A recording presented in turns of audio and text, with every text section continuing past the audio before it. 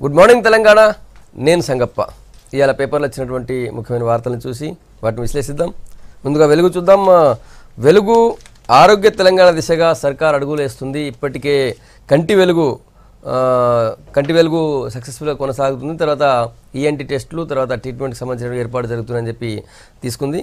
దీంతో దానికి సుస్థికి స్వస్తి అన్నటువంటి బ్యానర్తో ఈ వార్తను పబ్లిష్ చేసింది. సక్సెస్ఫుల్గా సాగుతున్న కంటి వెలుగు ఇప్పటికే 1,40,00,000 మందికి కంటి పరీక్షలు.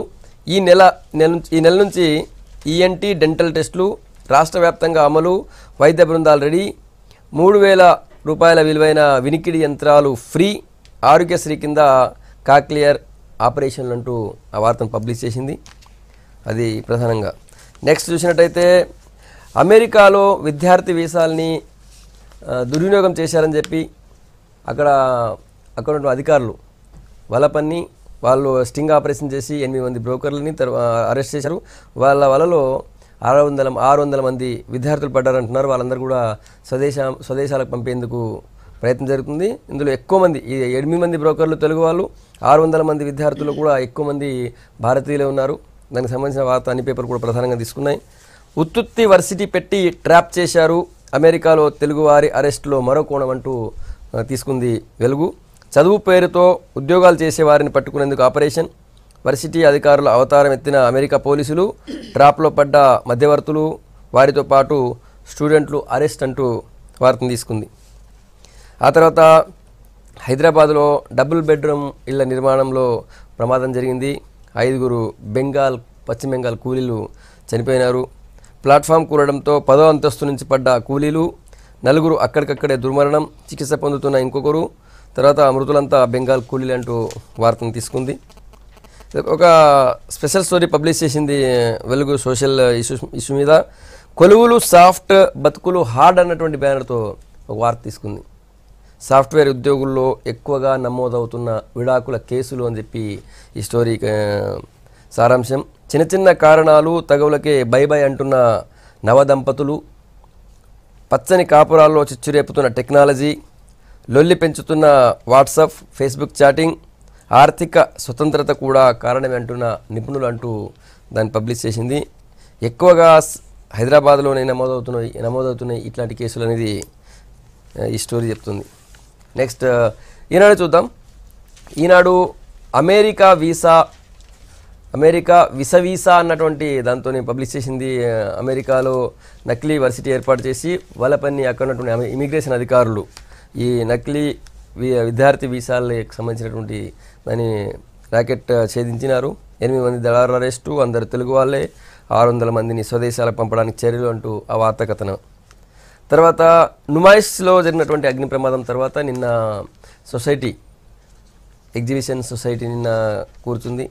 వాళ్ళు మీటింగ్ అయ్యి వాళ్ళందరికీ కూడా నష్టపోయిన వాళ్ళందరికీ కూడా ఆదుకుంటామని చెప్పారు. దానికి సంబంధించిన వార్తని మిగిలింది వేదనే అన్నటువంటి బ్యానర్తో తీసుకుంది. తీవ్ర నష్టాన్ని మిగిల్చిన నుమాయిష్ అగ్ని ప్రమాదం. కట్టుబట్టలతో మిగిలిన వ్యాపారులు, 303 స్టాళ్లు దగ్ధమయ్యాయని చెప్పి తేల్చిన రెవెన్యూ అధికారులు. బాధిత వ్యాపారులు 130 మందిగా గుర్తింపు. మొత్తం ఆస్తి నష్టం 30,60,00,000 అని అంచనా. బాధితులకి ₹1,00,00,000 తక్షణ సాయం అందించిన ఎగ్జిబిషన్ సొసైటీ అంటూ కంటిన్యూషన్ వార్త తీసుకుంది. తర్వాత నమస్తే తెలంగాణ చూద్దాం. నమస్తే ఆంధ్రజ్యోతి చూద్దాం. ఫస్ట్ ఆంధ్రజ్యోతిలో అమెరికా వల మనోళ్ళు విలవిల అన్న బ్యానర్తో విద్యార్థి వీసాల దుర్వినియోగం అక్కడ ట్రాప్కి సంబంధించి పబ్లిష్ చేసినారు. 600 మంది అరెస్ట్. అందులో అత్యధికం తెలుగు వాళ్లే, వారిలో చాలామంది అమ్మాయిలు. అందరినీ వెనక్కి పంపే అవకాశం. కేసులు పెడితే మాత్రం కష్టాలేంటూ ఆ వార్తను పబ్లిష్ చేసింది. తర్వాత ఈరోజు కేంద్ర బడ్జెట్ ఉంది. ఆ బడ్జెట్కి సంబంధించి జనప్రియం అన్నటువంటి బ్యానర్తో ఈరోజు ప్రవేశపెట్టబోతున్నటువంటి బడ్జెట్ సంబంధించి పబ్లిష్ చేసింది. నేడే కేంద్రం ప్రజాకర్షక బడ్జెట్ అని క్వశ్చన్ మార్క్ పెట్టింది. 70,000 కోట్ల పెట్టుబడి సాయం వ్యవసాయం సంబంధించి. గ్రామీణ సంక్షేమ బిల్లు 16% పెరగొచ్చు. ఆదాయ పన్ను మినహాయింపు 3 లక్షలు. మహిళా చెల్లింపుదారులకు ఇంకాస్త ఎక్కువ. నేడు బడ్జెట్ ప్రవేశపెట్టనున్న పీయూష్ గోయల్. కనీస ఆదాయ పథకం పైన మోడీ దృష్టి అంటూ పబ్లిష్ చేసింది ఆంధ్రజ్యోతి. ఆ తర్వాత నమస్తే తెలంగాణ చూస్తే నమస్తే తెలంగాణ. భారతదేశం 45 ఏళ్ల గరిష్ట స్థాయికి నిరుద్యోగం పెరిగిపోయింది. హయ్యెస్ట్ నిరుద్యోగం 45 ఏళ్లలో ఇదే అని చెప్పి ఒక సర్వే రిపోర్ట్ వచ్చింది. దాన్ని హైలైట్ చేసింది. నిరుద్యోగ భారతం సర్వే రిపోర్ట్ గవర్నమెంట్ తీసుకొచ్చినటువంటి ఇన్ఫర్మేషన్లో వచ్చింది. అది నిరుద్యోగ భారతం అనే బ్యానర్తో తీసుకుంది. గత ఆర్థిక సంవత్సరాలతో 6.1% నమోదు. ఎన్ఎస్ఎస్ఓ రిపోర్ట్ కార్మిక శక్తి భాగస్వామ్యం రేటు 36.9 పతనం. గణాంకాలను తొక్కిపెట్టిన మోడీ ప్రభుత్వం అని చెప్పి వార్త తీసుకుంది. తర్వాత బడ్జెట్కి సంబంధించి నిన్న రాష్ట్రపతి ప్రసంగం జరిగింది. దానికి సంబంధించి ప్రజల ఆశలు ఆకాంక్షలు నెరవేర్చాం, ఇది నవభారతం అని చెప్పి రాష్ట్రపతి ఉభయ సభలను ఉద్దేశించి ప్రసంగించారు. ఆ వార్తను తీసుకుంది. తర్వాత పరిషత్ ఓట్లకు సై అనే బ్యానర్తో ఇంకో వార్త తీసుకుంది. పంచాయతీ ఎన్నికలు ప్రశాంతంగా జరిగాయి, రికార్డు స్థాయిలో ఏకగ్రీవాలు జరిగినాయని చెప్పి నిన్న రాష్ట్ర ఎన్నికల సంఘం కమిషనర్ నాగిరెడ్డి చెప్పారు. దాన్ని హైలైట్ చేసింది. తర్వాత జనాకర్షక బడ్జెట్కు మోడీ సర్కార్ రెడీ అయినటువంటి బ్యానర్తో ఈరోజు కేంద్ర ప్రభుత్వం ప్రవేశపెట్టబోతున్నటువంటి బడ్జెట్కి సంబంధించి ఒక కథనం రాసింది.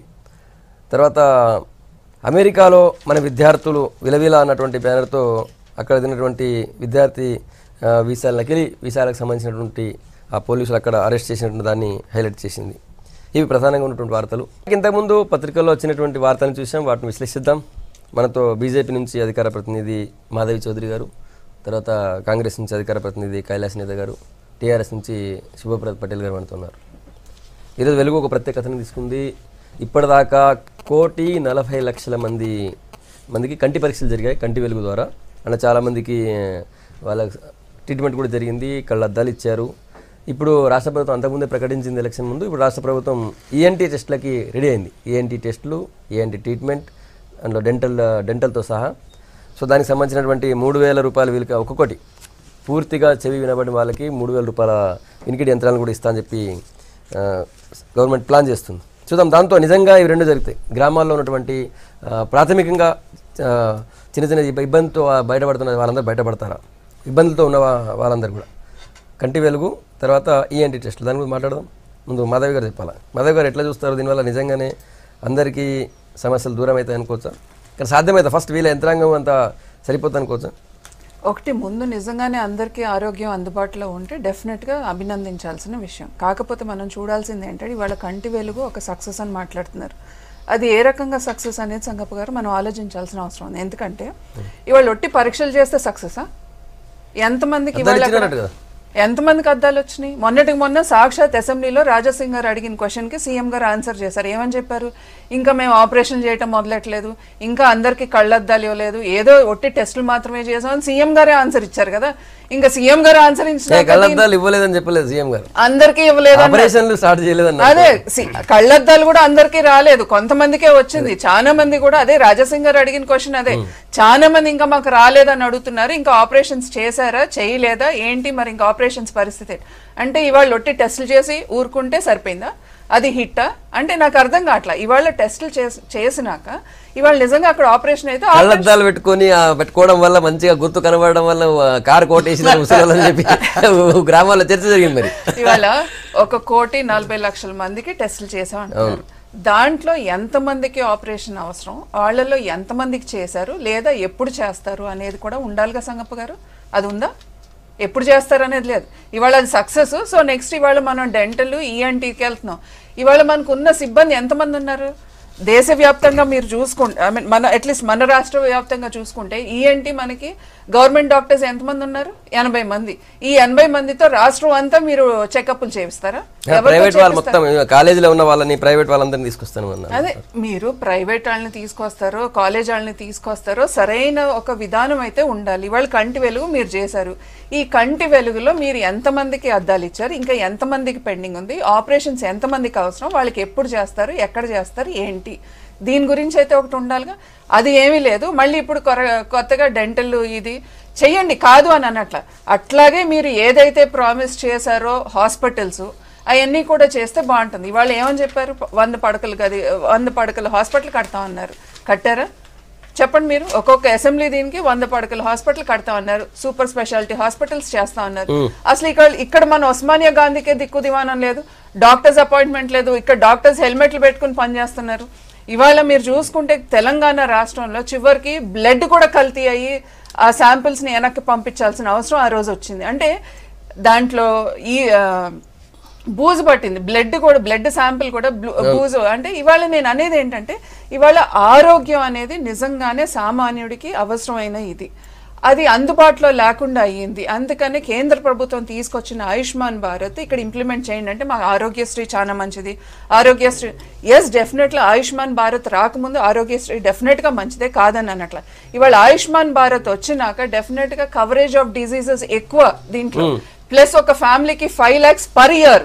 ఇవాళ ఆరోగ్యశ్రీలో కనుక మీరు చూసుకుంటే లైఫ్ లాంగ్ ఒక పర్సన్ కి 3 lakhs కవరేజ్ మాత్రమే. అంటే ఇవాళ బెనిఫిట్ ఆరోగ్యశ్రీ ఆయుష్మాన్ భారత్ మధ్య చాలా కంపారిజన్ తేడా ఉంది. ఒక 2-wheeler ఉంటే కూడా ఆయుష్మాన్ భారత్ యాక్సెప్ట్ చేయరని చెప్పి టిఆర్ఎస్ నాయకులు చెప్పారు. టిఆర్ఎస్ నాయకులు నిజంగానే అన్ని వైట్ రేషన్ కార్డు ఉన్న వాళ్ళందరికీ ఆరోగ్యశ్రీ వర్తిస్తుంది, అదే అంటున్నా. టిఆర్ఎస్ నాయకులు ముందు వాస్తవాలు ఏంటో తెలుసుకుని మాట్లాడితే బాగుంటుంది. ఊరినే ఇవాళ వాళ్ళు సమర్థించుకోవటానికి ఇవాళ ఎక్కడ ప్రధానమంత్రి గారికి పేరు వచ్చారు 1,40,00,000 మంది కంటి టెస్ట్లు అయినా కూడా మీకు అది ఓన్లీ టెస్ట్లకి వదిలేశారంటారు.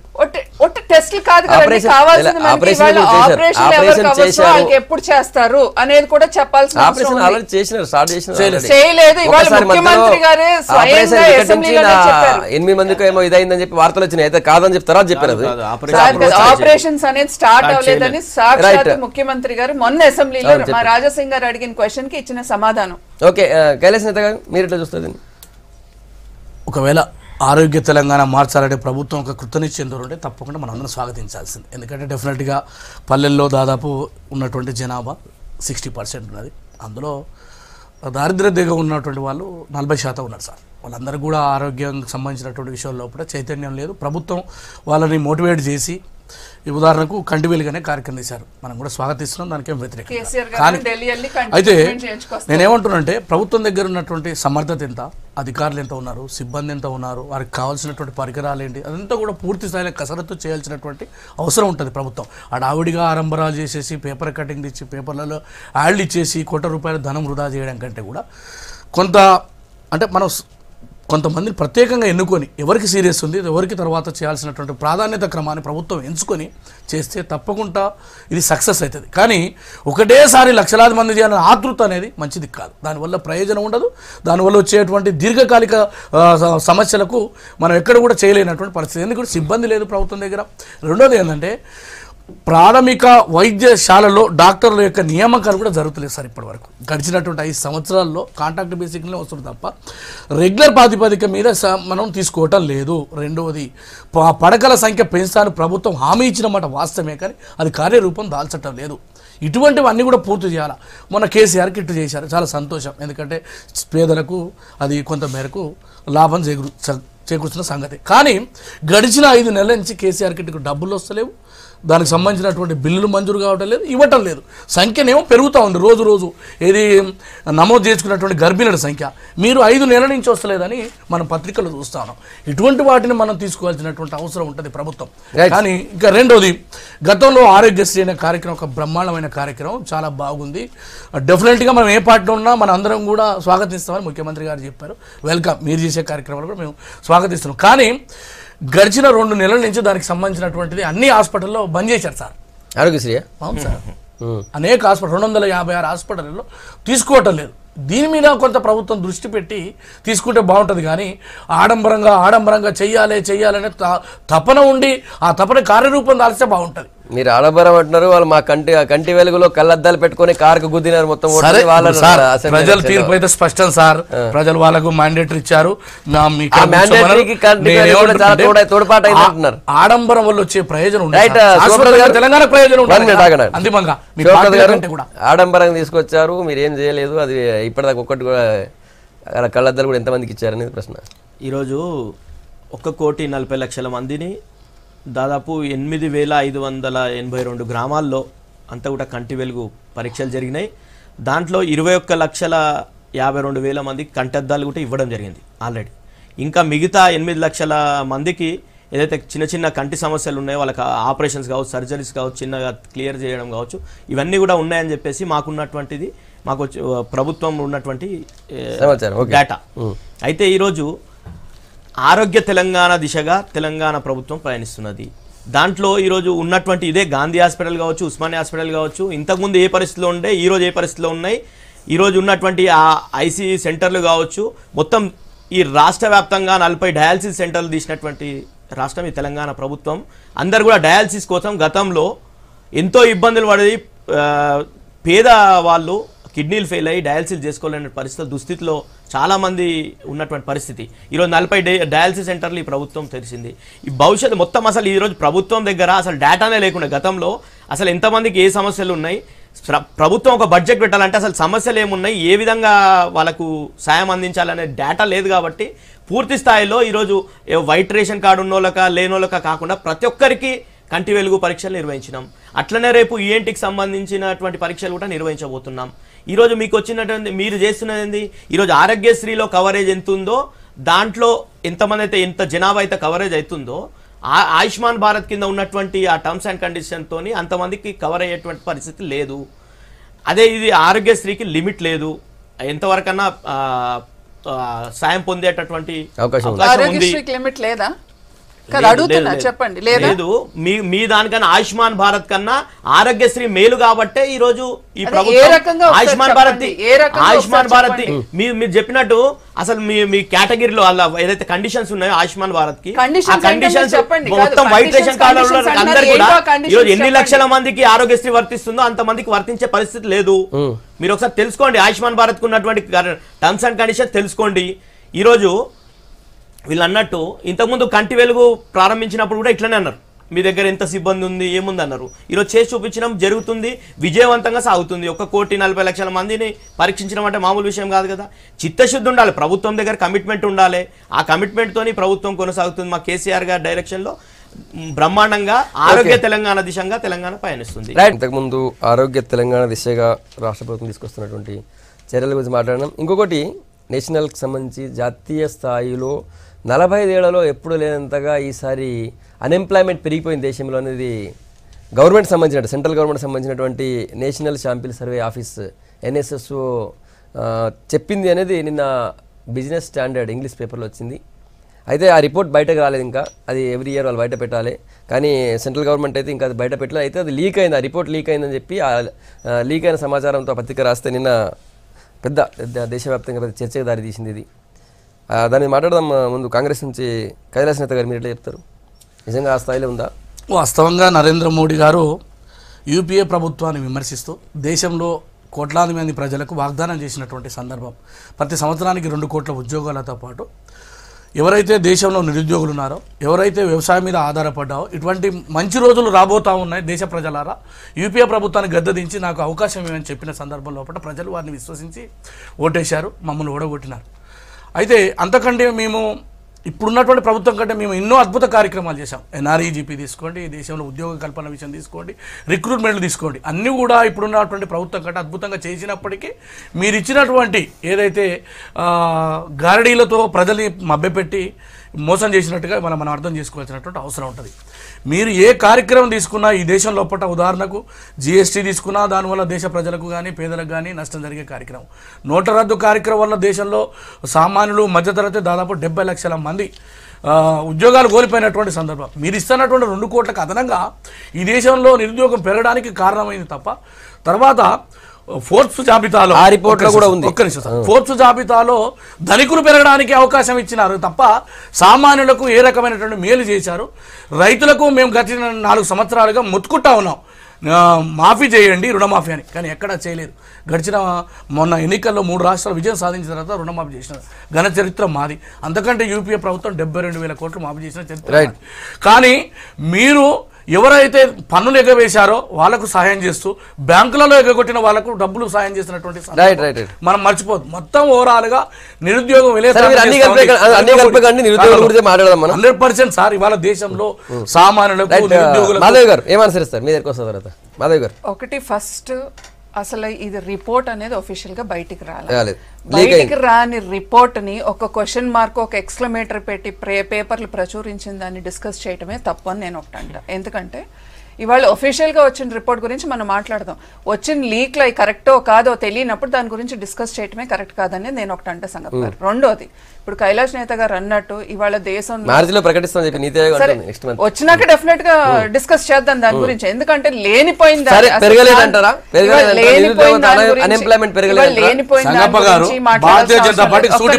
ఎన్ని ఉద్యోగాలు ఇచ్చారు చెప్పండి, మీరు ఇచ్చిన ఉద్యోగాలు చెప్పండి. మీరు మాట్లాడినంతసేపు నేను ఊరుకున్నా.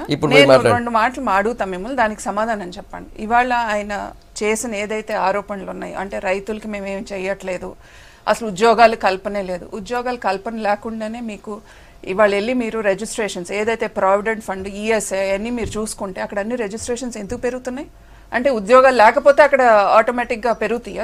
చెప్పండి సంగప్ప గారు. ఇవాళ నేను అనేది ఒకటి, ఇవాళ రుణమాఫీ 3 రాష్ట్రాల్లో మేము గెలిచాం చేసేసాం అన్నారు. మధ్యప్రదేశ్ పరిస్థితి ఏంటో మనం చూసాం, ఎంతమందికి చేశారు ఏంటి అనేది. పంజాబ్లో ఎంతమందికి చేశారు ఏంటో. ఇవాళ పంజాబ్ ఈ మధ్య గెలిచిన రాష్ట్రం కాదుగా, గెలిచి చాలా సంవత్సరాలు అయింది. అక్కడ ఏం చేశారు అనేది అందరికీ తెలిసిన అంటే కాదు. ఇవాళ ఆయన ఆరోపణలు చేసినప్పుడు దానికి సమాధానం చెప్పాల్సిన అవసరం ఉంది. ఇంకొకటి, ఇవాళ ఇదే మధ్యప్రదేశ్ లో దేశవ్యాప్తంగానేమో మీకు ఎరువులు ఈజీగా దొరుకుతుంటే మధ్యప్రదేశ్ లో ఎందుకు మీరు ఎరువులు ఇవ్వలేకపోతారు?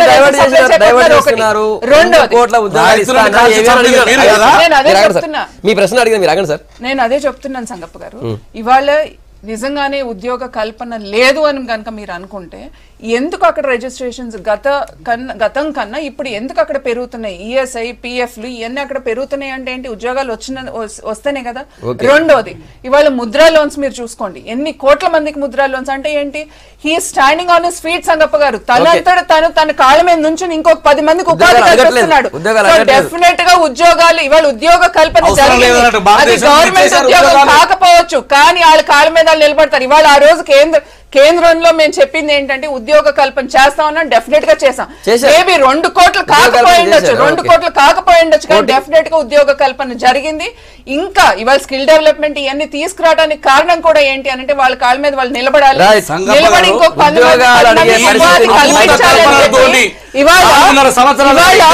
వాళ్ళకి ఎలాంటి సెక్యూరిటీ లేకుండా ఎలాంటి కోలాటరల్ లేకుండా ఇవాళ లోన్స్ వస్తున్నాయి అంటే ఆలోచించి రెగ్యులర్ గా జరగాల్సిన ప్రభుత్వ రిక్రూట్మెంట్ జరగట్లేదు దేశంలో. ఆయన అన్నది ఏంటి? రైల్వేలో జరుగుతున్నాయా చెప్పండి, మీరు రైల్వేలో చేస్తున్నారా? మీరు మాట్లాడినప్పుడు ఒక మాట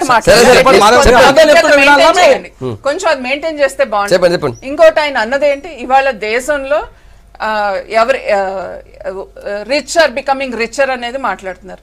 రిచ్ ఆర్ బికమింగ్ రిచర్ ఏ టైంలో అనేది మనం చూసుకున్నాం. ఇవాళ సామాన్యులకి అన్ని అందుబాటులోకి వచ్చినాయా లేదా? ఎవరికైతే గ్యాస్ లేదు వాళ్ళకి గ్యాస్ వచ్చిందా లేదా? ఎవరికైతే బాత్రూమ్స్ లేదు వాళ్ళకి బాత్రూమ్స్ వచ్చినాయా లేదా? ఎవరికైతే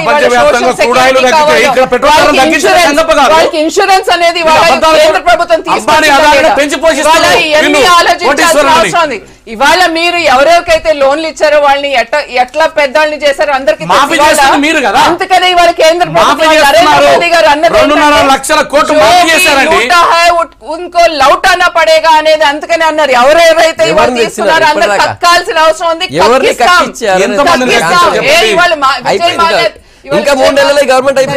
ఇవాళ విజయ్ మాల్యాది ఇవాళ ఆయన ఎలా కట్టేస్తాను అని చెప్పారు, విజయ్ మాల్యా కట్టేస్తానని ఎలా చెప్పారు, ఆయన ప్రాపర్టీస్ ఎలా కట్టేస్తానని స్పష్టంగా రావడం కట్టడానికి సిద్ధంగా ఉన్నా అనవసరం బద్నాం చేస్తున్నారని చెప్పి కట్టడానికి సిద్ధంగా ఉన్నానని ఎందుకు చెప్పాడు? తీసుకొచ్చాం కాబట్టి వాళ్ళ ప్రతి ఒక్కరు ఎవరెవరైతే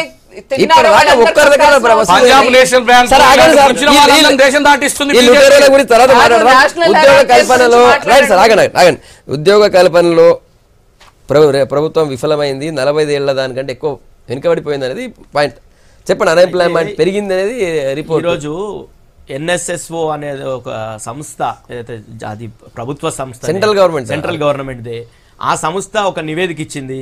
ఈ రోజు నివేదిక ఇవ్వలేదు, బయటకు లీక్ ఇచ్చింది. అయింది. ఇప్పుడు మాధవ్ గారు నేను చెప్తే కాదు, ఇవ్వలేదు. ఏదైతే నీతి ఆయోగ్ ఉపాధ్యక్షుడు రాజీవ్ కుమార్ ఉన్నారో ఆయన ఏం చెప్పిండంటే ఆమోదం పొందలేదు ఆ నివేదిక అన్నాడు తప్ప ఆ నివేదిక ఇయ్యలేదు అని ఎక్కడ చెప్పాలి. తప్పు కూడా అనలేదు కదా. నివేదిక తప్పు అని నివేదిక ఆమోదం పొందలేదు. ఎందుకు ఆమోదం పొందలేదంటే అది ప్రభుత్వానికి వ్యతిరేకంగా ఉంది కాబట్టి ఆమోదం పొందలేదు. ప్రభుత్వానికి వ్యతిరేకంగా ఉంది, రేపు ఎలక్షన్లలో వ్యతిరేకంగా ఉంది కాబట్టి బయటగా మీకు ప్రజలు రివోల్ట్ అవుతారు, యూత్ రివోల్ట్ అవుతారు కాబట్టి ఆ నివేదికకు మీరు ఆమోదం పొందితే మీరు ఒప్పుకున్నట్టు అవుతుంది కాబట్టి ఒప్పుకుంటలేరు. కానీ ఆ నివేదిక మాత్రం అది వచ్చినటువంటిది వాస్తవం. ఈరోజు నిరుద్యోగ సమస్య పెరుగుతున్నది వాస్తవం. మోడీ గారిని ఎన్నుకున్నది ఎందుకు? మాట్లాడు, అందుకే ప్రజలు మమ్మల్ని మళ్ళా ఎన్నుకున్నారు. మీరు ఇవే చెప్పారు. మోడీ గారు వచ్చేసి తెలంగాణలో మీ మోడీ గారు 6 రాష్ట్రాల ముఖ్యమంత్రులు అందరు కేంద్ర మంత్రులు అందరు ప్రచారం చేసిన తర్వాత తెలంగాణలో ప్రజలు టిఆర్ఎస్ పార్టీకి బ్రహ్మరథం కట్టిర్రు. 100% అయితే మీరు చెప్పింది ఒకటి, మీరు 2 కోట్ల ఉద్యోగాలు ఇస్తారంటున్నారు. ఈ రోజు మాధవ్ గారు ఏం చెప్తున్నారు? మేము ముద్రా లోన్ ఇస్తున్నాం, చాయ్ కొట్టు పెట్టుకోండి, బజ్జీలు వేసుకోండి, పకోడీలు వేసుకోండి, కానీ మేము ఉద్యోగాలు మాత్రం కల్పించాం. ఇదే చెప్పేడుతుండే 2014లో. ఇప్పుడు అదే చెప్పండి. ఇప్పుడు 2019 ఎలక్షన్స్ వస్తున్నాయి కదా, మేము ముద్రా లోన్లు ఇస్తాము, మేము చాయ్ కొట్టు లేకపోతే పకోడీ కొట్టు పెట్టుకోండి అని చెప్పండి. ప్రజలు మీకు ఓట్లు వేస్తే అప్పుడు తెలుస్తుంది. 45 ఏళ్లలో ఎప్పుడు లేనంతగా అన్ఎంప్లాయ్మెంట్ ఇప్పుడు పెరిగిపోయింది డిమానిటైజేషన్ తర్వాత అనేది ఎన్ఎస్ఓ రిపోర్ట్. అయితే అది అఫీషియల్లీ పబ్లిష్ కాలేదు. దానికి కావాలని సరిగ్గా లోక్సభ ఎలక్షన్ ముందు వచ్చింది కాబట్టి దీన్ని తొక్కిపెట్టినారు, లేకపోతే యువత అంత వ్యతిరేకం అవుతుందన్న ఉద్దేశంతోనే చెప్పి ప్రతిపక్షాలు అంటున్నాయి. 2 కోట్ల ఉద్యోగాలు ఏవని చెప్పి నిన్న రాహుల్ గాంధీ అడిగారు. మాధవ్ గారు ఒకటండి, ఇవాళ ఏదో డిమానిటైజేషన్తో ఏదో అయిపోయింది అనడానికి డెఫినెట్గా కొన్ని సంస్కరణలు తీసుకొచ్చినప్పుడు ఇనిషియల్గా కొన్ని ఇబ్బందులు వస్తాయి అన్నమాట వాస్తవం. ఇవాళ ఆ రోజు కంప్యూటరైజేషన్ చేసినప్పుడు కూడా ప్రతి ఒక్కళ్ళు అన్నది ఏంటంటే ఉద్యోగాలు పోతాయి అనేది ప్రతి ఒక్కళ్ళు అన్నారు. కానీ over a period of time అది సెటిల్ అయిపోయి ఉద్యోగాలు పోలే, కాకపోతే మనం స్కిల్ పెంచుకోవాల్సిన అవసరం ఉందనేది ఆ రోజు తేలింది. అలానే ఇవాళ కూడా డిమానిటైజేషన్ ఇనిషియల్గా ఏంటి అంటే డెఫినెట్గా కొంత ఇబ్బందులు జరిగిన మాట వాస్తవం. కాకపోతే ఏంటంటే లాంగ్ టర్మ్ గెయిన్స్ కోసం షార్ట్ టర్మ్ పెయిన్స్ పడక తప్పదు అనే ఒక ఉద్దేశంతో ముందుకెళ్ళటం జరిగింది. ప్రతి ఒక్కళ్ళు అంటారు ఇవాళ డిమానిటైజేషన్తో ఏం సాధించాం. డెఫినెట్గా మీరు చూసుకుంటే ఇవాళ నిజంగానే టెర్రరిజం ఎంత తగ్గింది అనేది మన అందరికీ తెలుసు. దేశంలో ఓవరాల్గా లాస్ట్ టర్మ్లో మనం చూసుకుంటే ఇప్పుడు కనుక మనం చూసుకుంటే డెఫినెట్గా టెర్రరిజంని బాగా కంట్రోల్ చేయగలిగాం అనేది అందరికీ తెలుసు. తర్వాత ఫేక్ కరెన్సీతో ఇవాళ స్టోన్ పెల్టర్స్ కానీ ఇవన్నీ కశ్మీర్ ఇష్యూ కానీ ఇవన్నీ మనం చూసుకుంటే డెఫినెట్గా చాలా ప్రయోజనాలు జరిగినాయి. డెఫినెట్గా ఇంకా లాంగ్ టర్మ్లో డెఫినెట్గా తెలుస్తాయి. ఎందుకంటే ఇవాళ బ్యాంక్ వచ్చిన అమౌంట్ అంతా అది వైట్ అమౌంట్ అనడానికి లేదు. ఎందుకంటే ప్రతి ఒక్కరు డిపాజిట్ చేశారు. ఎవరెవరైతే ఎక్కువ డిపాజిట్ చేశారో ఆల్మోస్ట్ 17 lakhs అకౌంట్ హోల్డర్స్కి సమన్స్ వెళ్ళి వాళ్ళు టైం తీసుకుంటారు, వాళ్ళు రిప్లై చేస్తారు. డెఫినెట్గా డిపార్ట్మెంట్ వచ్చిన రిప్లైస్ అన్ని చూసుకుని యాక్షన్ తీసుకుంటుంది, దాంట్లో నో డౌట్ అబౌట్. అయితే ఇవాళ ఉద్యోగ కల్పన గురించి మనం చూసుకుంటే ఎప్పుడైతే ఎప్పుడైతే అగ్రికల్చర్ తగ్గిపోతుందో అక్కడ నుంచి అర్బనైజేషన్ పెరుగుతుందో డెఫినెట్గా అంటే మన భారతదేశంలో మనం చూసుకుంటే ఎక్కువ అగ్రికల్చర్ పైన డిపెండెంట్ అయ్యేవాళ్ళు ఎక్కువ మంది సంగప్ గారు. అలాంటిది ఇవాళ గ్రామాల్లో ఎప్పుడైతే అగ్రికల్చర్ తగ్గిపోతుందో అందరూ సిటీ వైపు వస్తున్నప్పుడు డెఫినెట్గా ఇది కనపడుతూ ఉంటుంది, ఈ ఎఫెక్ట్ కనపడుతూ ఉంటుంది. అందుకనే ఇవాళ నరేంద్ర మోదీ గారు అన్నది ఏంటంటే అగ్రికల్చర్ని దాన్ని కూడా ఒక ప్యాషన్గా ఒక ప్రొఫెషన్గా తీసుకునేటట్టు చేయాలనేది. ఇవాళ అగ్రికల్చర్ పైన చాలా కాన్సన్ట్రేట్ చేసి అక్కడ కూడా అంటే ఆర్గానిక్ ఫార్మింగ్ కానివ్వండి, డైరీ కానివ్వండి, అట్లా వివిధ రకాలు దాంట్లో కూడా అందరూ వెళ్ళాలి అని చెప్పి ప్రోత్సహించడం అనేది డెఫినెట్ గా చేశారు. సో డెఫినెట్ గా అన్ని రంగాలు ఇవాళ ఒట్టి ఒక గవర్నమెంట్ జాబ్స్ అనేది కాదు, ఇవాళ అగ్రికల్చర్ లో ఇవాళ ఇట్లా ప్రోత్సహించడం కానివ్వండి, ఇందాక నేను చెప్పినట్టు ముద్రా లోన్స్ ఇవ్వటం కానీ, అంటే ఇవాళ ఒక ఛాయ్ కొట్టు అంటే ఇవాళ ఒక ఛాయ్ వాళ్ళ ప్రధాన మంత్రి అయ్యాడనేది ఇవాళ వాళ్ళకి ఏమైనా అక్కసా నాకు తెలియదు. అంటే ఇవాళ ఏ ఛాయ్ కొట్టు పెట్టుకుంటే తప్పే ఉంది? ఇవాళ ఇరానీ ఛాయ్ అని చెప్పి ఇంత ఫేమస్ ఎందుకు? మీరు ఇవాళ ఇక్కడ జూబ్లీ హిల్స్ లో చూడండి లేదా బంజారా హిల్స్ లో చూడండి, ఇరానీ ఛాయ్ అని చెప్పి ఎంతెంత పెద్ద పెద్ద హోటల్స్ లేవు. అంటే మీరు ఎవరిని తక్కువ చేయబాకండి, వాళ్ళ కాళ్ళ మీద వాళ్ళు నిలబడుతున్నారు, వాళ్ళ కష్టంతో వాళ్ళు బతుకుతున్నారు. సో ఇవాళ ముద్రా లోన్స్ ఇచ్చి కొలాటరల్ సెక్యూరిటీ లేకుండా, లేకపోతే రోజుకు 10 రూపాయల వడ్డీకి బయట నుంచి డబ్బులు తెచ్చుకున్న వాళ్ళకి ఇవాళ మేము మీకు లోన్ ఇచ్చి మీ కాళ్ళ మీద మీరు నిలబడండి, మీరు ఇంకొక 2-3 మీరు ఉపాధి కల్పించండి అని చేయటం తప్ప.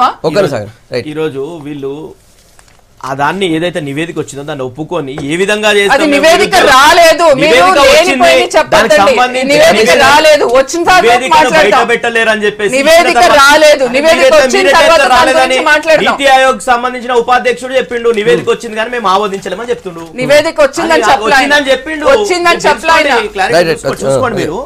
అయితే దానికి సంబంధించి నివేదికని తొక్కిపెట్టిరని చెప్పేసి ఆ సంస్థకు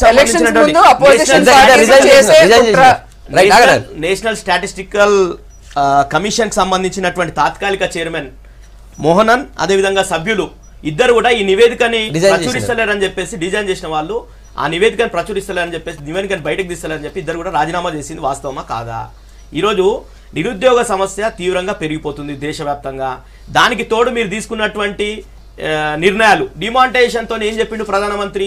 50 రోజుల్లో మీకు రిజల్ట్ చూపిస్తా అన్నాడు. ఏం చూపించిండు? ఆ 50 రోజులు మాత్రమే అందరు బ్యాంకుల దగ్గర, ఏటీఎంల దగ్గర క్యూ కట్టిరు తప్ప ఇక్కడ స్టోన్ పెల్టింగ్ ఆగిపోయింది. కాశ్మీర్ లో ఇంకా గడబలు జరగలేవా? కాశ్మీర్ లో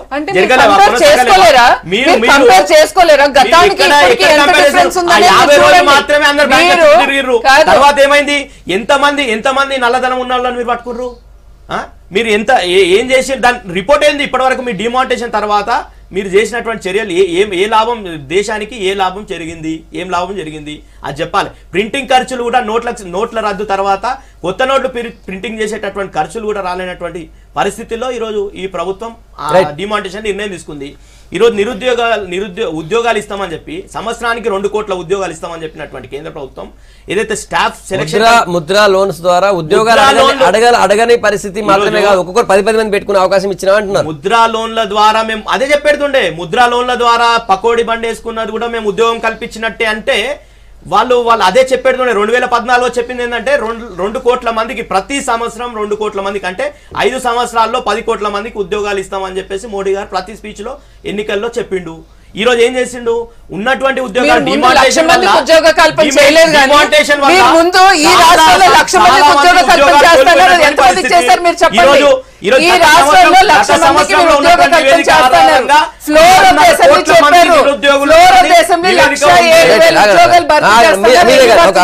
ఉద్యోగాల భర్తీలో మేము చెప్తాం తెలంగాణ ప్రభుత్వంగా. మీరు ముద్రా లోన్లు ఇచ్చేసే మేము అనుకుంటే మేము చాలా ప్రైవేట్ రంగంలో కూడా ప్రభుత్వ రంగంలో మేము ఆల్రెడీ 38,000 ఉద్యోగాలు భర్తీ చేసినాం. ఇంకా 37,000 ఉద్యోగాలు కొనసాగుతున్నాయి. ఇంకా ఇప్పుడు కానిస్టేబుల్స్ కూడా 11 నుంచి ఆల్రెడీ డేట్స్ కూడా ఇవ్వడం జరిగింది. ఈవెంట్స్ మొత్తం కూడా ఉద్యోగ కల్పనలో మేము శ్వేతపత్రం విడుదల చేసినాం. మేము ఎన్ని ఉద్యోగాలకు హామీ ఇచ్చినాం, మాకు ఫైనాన్స్ క్లియరెన్స్ ఎన్ని ప్రభుత్వం ఎన్ని ఉద్యోగాలకు ఫైనాన్స్ క్లియరెన్స్ ఇచ్చింది, ఎన్ని నోటిఫై అయినాయి, ఎంతమందికి ఉద్యోగాలు ఇచ్చినాం, అపాయింట్మెంట్ లెటర్ ఇచ్చాం, మొత్తం కూడా రిలీజ్ చేసినాము. మీరు అట్లా రిలీజ్ చేయండి. మీరు ఎంతమందికి ఇచ్చారు? ఒక విషయం, కేంద్ర ప్రభుత్వం గతంలో ఇయ్యలేదు యూపీఐ అని చెప్పినటువంటి వాళ్ళు స్టాఫ్ సెలక్షన్ కమిషన్ అని ఏదైతే దాంతో ఉద్యోగాలు ఇస్తారో, గతంలో యూపీఏలో ఇచ్చినటువంటి ఉద్యోగాలు కూడా ఈ రోజు ఇయ్యనటువంటి నోటిఫికేషన్లు వస్తలేవు. చూడండి మీరు, నోటిఫికేషన్ రానటువంటి పరిస్థితి స్టాఫ్ సెలక్షన్ కమిషన్వి. అట్లా వీళ్ళు ఉద్యోగ కల్పనలో ఘోరంగా విఫలం చెందినరు. ఈరోజు వ్యవసాయ రంగానికి చెప్పింది. వ్యవసాయ రంగంలో గతంలో యూపీఏలో ఘోరంగా ఉండంటే 3.9 వృద్ధి రేటు ఉంటే ఈరోజు 2.5 పడిపోయింది. మీరు దేంట్లో మీరు విజయం సాధించారు? మళ్ళా మీకు ఎందుకు ఓట్లేయాలి? మేడం చెప్తా తర్వాత 1972-73 తర్వాత ఈనాడు ఉన్నటువంటి నిరుద్యోగ అంతకంటే భయంకర, అంటే 40 సంవత్సరాలలో ఉన్నటువంటి నిరుద్యోగాన్ని మళ్ళీ మీరు తీసుకున్న నిర్ణయాల వల్ల ఈ దేశం మళ్ళీ వెనుకబాటు గురి కావడానికి మీరు తీసుకున్న నిర్ణయాలు ఒకసారి పునర్సమీక్షించుకుంటే మంచిగుంటుంది. అంతేగాని ఎన్నికలు వస్తున్నాయి కాబట్టి అప్పుడే ఇచ్చేసాము, అందరూ ఉద్యోగాలు చేస్తున్నారని అబద్ధాలు చెప్పి నేతి బీరకాయ నెయ్యి చందన టైపులో ఉన్నదండి. మీరు మొత్తం నివేదికలో చూస్తే కనుక గ్రామీణ ప్రాంతంలో 7.8 ఉంటే అదే పట్టణ ప్రాంతానికి వచ్చేసరికి 5.3% ఉన్నట్టుగా మనం చూస్తూ ఉన్నాం. అంటే ఓవరాల్గా దేశంలో 6 కోట్ల మంది నిరుద్యోగులు రోడ్డు మీద ఉన్నారు 2017-18 ప్రకారం. అంటే 6 తర్వాత 18, 19, 20 ఇంకా ఎంతమంది పెరిగారో ప్రభుత్వం మరి వాళ్ళ దగ్గర నివేదికలు ఉన్నాయి. మరి వీరికి ఏం చేస్తారు అనే దాన్ని కూడా ప్రభుత్వం దగ్గర లేకుండా ప్రతిపక్షాలు విమర్శిస్తున్నాయి కాబట్టి ముసోళ్ళు అంటురండి రాహుల్ గాంధీని. అసలైన హిట్లర్ మోదీ గారు వారు ముసోలిని అనడం వెనుక దీని ఉద్దేశం ఏంది? రాజకీయం కోసం చూస్తారు తప్ప దేశంలో ఉన్నటువంటి నిరుద్యోగులకు ఏం కల్పిస్తున్నావు? వ్యవసాయ రంగంలో ఉన్నటువంటి చాలా మంది వెనక్కిపోతా ఉన్నారు, నిర్మాణ రంగం పడిపోయింది. ఈ నివేదిక మేము తయారు చేసింది కాదు, ప్రభుత్వ అధికారుల చేత తయారు చేయించబడ్డది. దాన్ని కూడా మీరు ఒప్పుకోలేకపోతే దేశంలో మీరు ప్రజలకు ఏం చేసిరో చెప్పలేనటువంటి పరిస్థితిలో ఇవాళ ఎదురుదాడి చేస్తా ఉన్నారు రాజకీయ లక్ష్యంగా. అది కాదు కదా కావాల్సింది. మంచి రోజులు అన్ఎంప్లాయ్మెంట్ పెరగడానికి కారణం కూడా చెప్పారు. మొత్తం ఎక్కువ మైగ్రేషన్ ఎక్కువ అయింది, వ్యవసాయం వదిలేసి వస్తున్నారు. దానివల్ల ప్రోత్సాహకాలు ఏడిస్తున్నారు. ఈ రోజు మేము తెలంగాణలో ప్రాజెక్ట్ కడతామంటే ప్రాజెక్ట్ నిధులు ఇయ్యరు. ఏమిస్తారు మీరు రైతులకు సంబంధించి? ఈ ప్రభుత్వం ఓవరాల్ గా ఇది రాజకీయ సంబంధించినటువంటి దుమారంగానే చూస్తారు తప్ప దేశ ప్రయోజనాల గురించి పెద్ద స్పీచ్లు ఇచ్చేటువంటి నరేంద్ర మోడీ గారు ఎందుకు ఎందుకు ఇవాళ దేశంలో బాధపడతా ఉంటే ఆలోచన చేస్తలేరు? మీరు మాట్లాడే ప్రతి మాట రాజకీయమే. Okay sir. సంగప్ గారు, నేను ఫస్ట్ వీళ్ళిద్దరిని కోరేది ఒకటే, ఇవాళ టీఆర్ఎస్ కానీ కాంగ్రెస్ కానీ నీతి ఆయోగ్ రిపోర్ట్ ఒకసారి చూపించండి. ఆయన స్టేట్మెంట్ ఏంటో ఒకసారి నాకు చెప్పండి. అంటే ఇక్కడ కూర్చుని ఆయన ఒప్పేసుకున్నారు అనేది మాట్లాడుతున్నారు కదా టీఆర్ఎస్ నాయకులు కానీ కాంగ్రెస్ నాయకులు కానీ. నేను అనేది ఒకటే, నీతి ఆయోగ్ స్టేట్మెంట్ లేదా రిపోర్టు ఒకసారి నాకు చూపించండి, మీ మీడియాకు చూపించండి. ఎందుకంటే ప్రజలకి చెప్తున్నాం మేము. ఇవాళ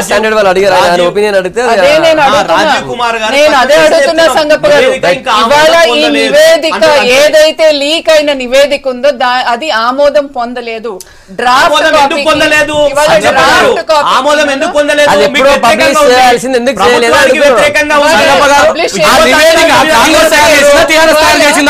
ప్రభుత్వ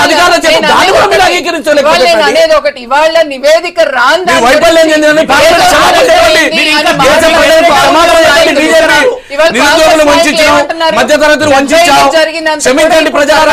మాట్లాడుతున్నారు. ఇదే కాంగ్రెస్ నాయకులు 1971 లో గరీబీ హటావ్ అని ఇందిరాగాంధీ అంటే ఇప్పుడు కూడా రాహుల్ గాంధీ గారు గరీబీ హటావ్ అంటున్నారు. అంటే ఈ దేశాన్ని 70 సంవత్సరాలు పాలించిన కాంగ్రెస్ గరీబాల్ని బయట పెట్టారు తప్ప వీళ్ళందరూ ధనవంతులు అయ్యారు తప్ప దేశం దాటిస్తున్న ప్రభుత్వం మీదండి. లలిత్ మోడీ ఆ తర్వాత విజయ్ మాల్యా వీళ్ళందరూ దేశం దాటించిన చరిత్ర మీది. స్టంట్ చేస్తున్నారు. ఇవాళ కాంగ్రెస్ చేసే స్టంట్స్ ఏం మాట్లాడతారు? ఇందాక మోడీ గాడు అని అంటారా? పెట్టుకోవాల్సిన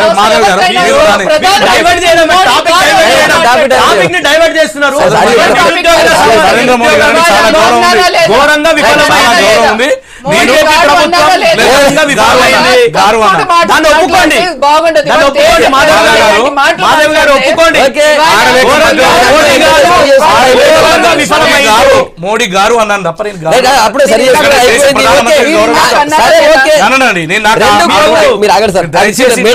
చాలా చాకచక్యంగా 2 కోట్ల ఉద్యోగాలు అన్నారు. 2 కోట్ల ఉద్యోగాల్లో మీరు ఎంతమందికి ఇచ్చారని ప్రశ్న వాళ్ళది. సరే ఇది అఫీషియల్ పబ్లిష్ కాలేదంటే నేను పబ్లిష్ చేయాల్సిందే. మరి డిమానిటేషన్ తర్వాత ఏం జరిగింది అనే దాని మీద ఒక 2 ప్రతిష్టాత్మకమైనటువంటి ప్రభుత్వ రంగ సంస్థలతో సర్వే చేయించి దాని రిపోర్ట్ ఎందుకు బయట పెట్టలేదని ప్రశ్న.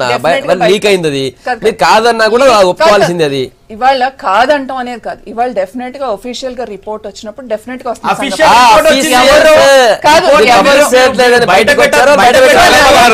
రేపు రాబోయే ఎన్నికల ఓడిపోతున్నాం కాబట్టి రాజకీయం ఓడిపోతామని భయంతో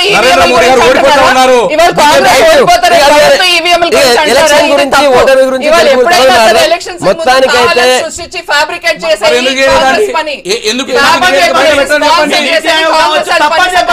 తప్పని చెప్పలేరు. నివేదిక రాకుండా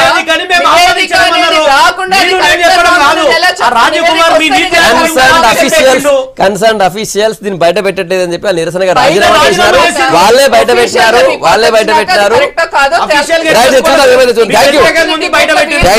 పేదల వ్యతిరేకంగా నరేంద్ర మోడీ గారు ఓవరాల్ గా కైలాస్ నేత గారు, శోభ్రత్ గారు, గుడ్ మార్నింగ్ తెలంగాణ మీ ఏప్రిల్ చెప్పేందుకు మళ్ళీ రేపు పొద్దుగల కలుద్దాం. Stay tune.